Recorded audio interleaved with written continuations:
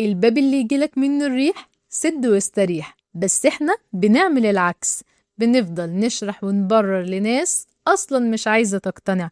في مرة واحدة صاحبتي فضلت ساعة كاملة تبرر موقف هي اصلا ما عملتش فيه حاجة غلط، تشرح وتعيد وتحلف ان نيتها كانت كويسة، والشخص اللي قدامها كل ما تشرح اكتر عمره ما بيقتنع. بعد ما المكالمة خلصت بصتلي وقالت لي حاسة إني طول الوقت بدافع عن وجودي. الغريب إن في ناس عايشة مرهقة نفسيا بقالها سنين، مش بسبب الحياة نفسها، ولكن بسبب عادات صغيرة بيدمروا نفسهم بيها كل يوم من غير ما يحسوا. وفي آخر الفيديو هقولك الحاجة اللي أول ما فهمتها بطلت أشرح نفسي لأي حد. أكتر ناس بتخسر راحتها النفسية مش الناس الضعيفة، دي الناس اللي بتحاول ترضي وتفهم وتبرر لكل الناس طول الوقت. عشان كده ما تربطش أو ما تربطيش قيمتك برأي الناس. مثال: واحد كتب بوست، الناس مرة يمدحوه ومرة ينتقدوه، لو مزاجهم حلو هيقولوا له كلام حلو، لو مزاجهم وحش لا إما هيسكتوا أو هيدوله تعليقات أو طاقة سلبية. لكن لو قال أنا عارف أنا بعمل إيه هيفضل ثابت حتى لو السوشيال كلها اتقلبت. اتنين: بلاش تدخل أو تدخلي كل معركة. مثال: حد قال تعليق مستفز في الشغل أو في السوشيال، بدل ما ندخل في جدال طويل ويشرح بقى نفسه ويقعد يثبت نفسه وكده، لأ، هو يعدي الموقف خالص وما يدخلش من الأول في التعليق المستفز سواء في الشغل أو في السوشيال. هو يعدي الموضوع كده كأنه ما سمعش حاجة، وبعدها هيلاقي نفسه مرتاح ومفيش طاقة ضاعت ولا اللي هو نحر قلبه مع حد زي ما بيتقال.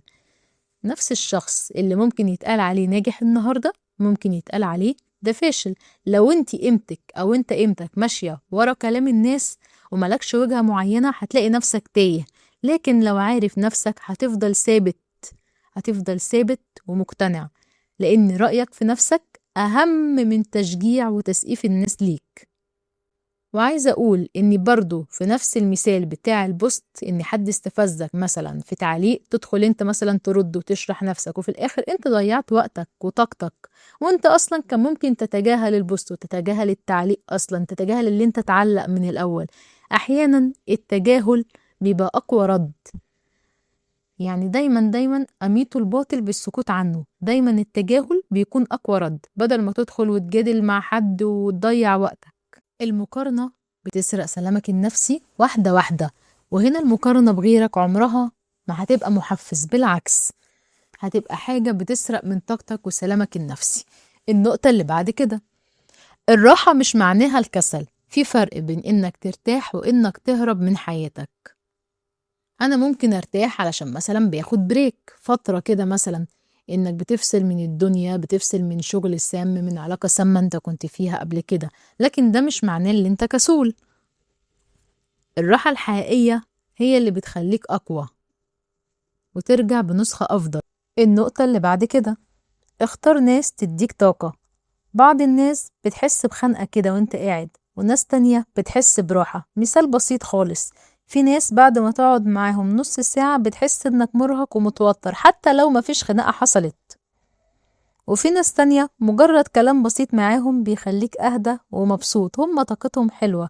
عشان كده جسمك أحيانا بيفهم الشخص قبل ما عقلك يقتنع.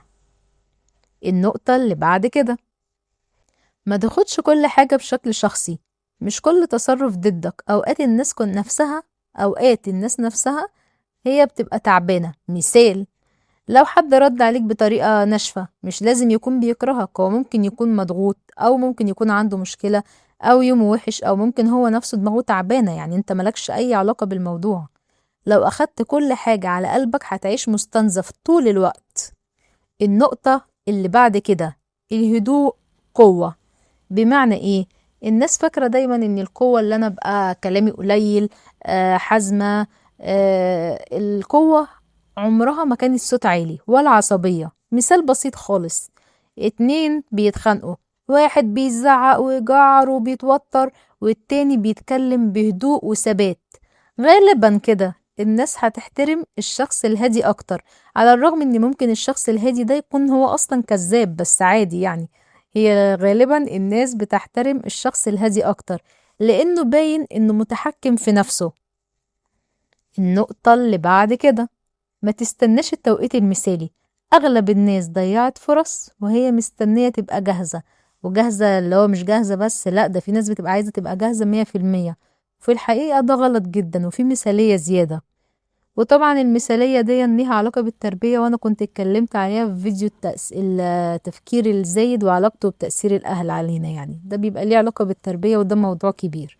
نرجع لموضوعنا، ما تستناش التوقيت المثالي، لأن أغلب الناس ضيعت فرص وهي مستنية تبقى جاهزة. مثال بسيط خالص، واحد عايز يبدأ مشروع أو كورس، كل شوية يقول لما ابقى جاهز أنا هبدأ، تعدي سنة واتنين وهو لسه مكانه.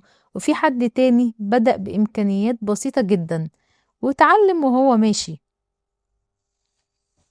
النقطة اللي بعد كده، حافظ على خصوصيتك.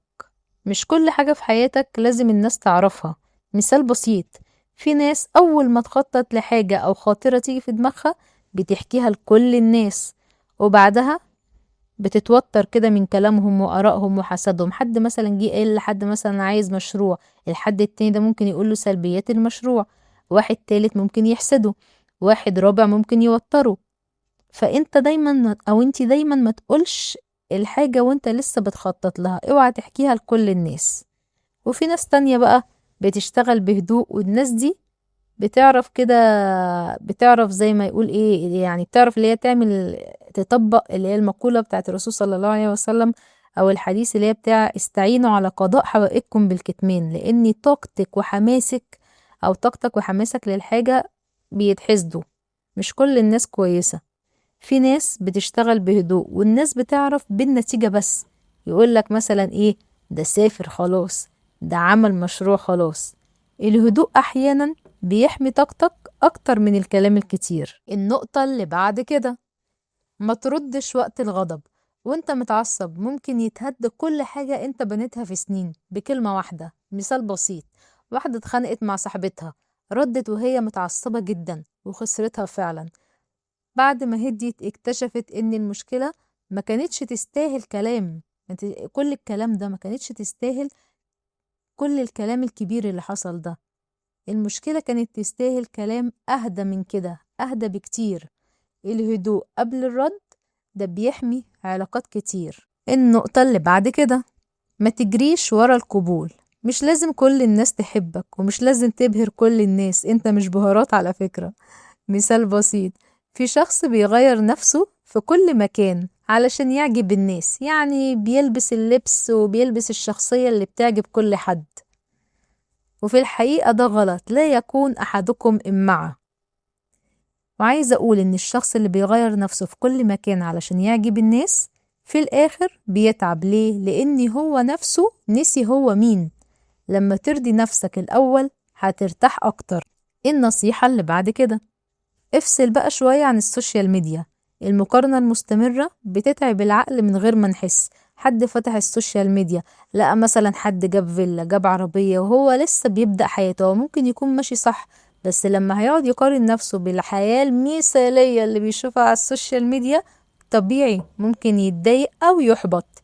مثال بسيط، مثلا بعد نص ساعة كده من السكرول كده والتقليب في الفيديوهات، بتحس ان كل الناس ناجحة وسعيدة وانت بس اللي متأخر.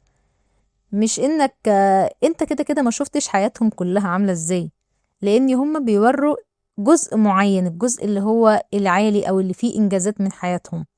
احيانا راحة دماغك بتبدأ بايه؟ باللي انت تقفل السوشيال ميديا. النقطة اللي بعد كده، او يا سيدي قلل من السوشيال ميديا.